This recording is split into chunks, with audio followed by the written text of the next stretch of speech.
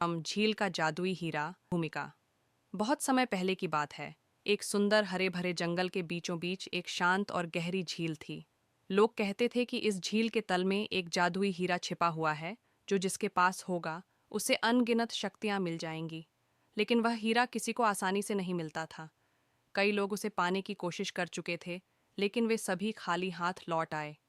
हीरे की तलाश गांव में अर्जुन नाम का एक छोटा लड़का रहता था। वह बहुत समझदार और दयालु था। उसने जब जादुई हीरे की कहानी सुनी तो उसकी माँ से पूछा, माँ, क्या मैं वह हीरा ढूंढ सकता हूँ? माँ मुस्कुराई और बोली, अगर तुम्हारा दिल सच्चा है और तुम्हारी नीयत अच्छी है तो शायद झील तुम्हें हीरा दे दे। अर्जुन यह सुनकर बहुत खुश हुआ और झील की ओर चल पड़ा। झील की परीक्षा। जब अर्जुन झील के पास पहुंचा तो उसने झील से विनम्रता से कहा, ओ झील, मैं जादुई हीरा देखना चाहता हूँ, लेकिन केवल अपने स्वार्थ के लिए नहीं, बल्कि अपने गांव की भलाई के लिए। तभी झील के पानी में हलचल हुई और एक सुनहरी मछली सामने आई। मछली ने कहा, अगर तुम्हें हीरा चाहिए तो तुम्हें 3 परीक्षाएं पास करनी होंगी। अर्जुन ने हिम्मत से कहा, मैं तैयार हूँ। 3 परीक्षाएं। 1। पहली परीक्षा, दयालुता। अर्जुन को एक घायल पक्षी मिला। उसने तुरंत उसकी देखभाल की और जब पक्षी ठीक हो गया तो वह खुशी खुशी उड़ गया।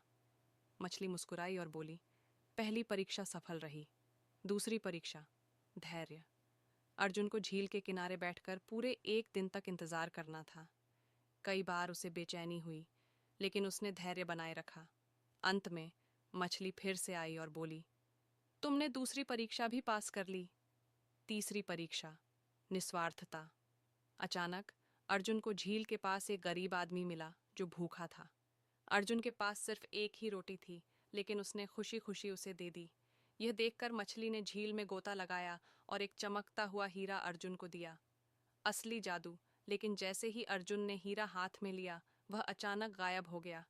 मछली हंसते हुए बोली, यह जादुई हीरा नहीं, बल्कि तुम्हारे अच्छे कर्म ही तुम्हारी असली ताकत हैं। अर्जुन को समझ आ गया कि असली जादू किसी हीरे में नहीं, बल्कि दयालुता, धैर्य और निस्वार्थता में है। शिक्षा।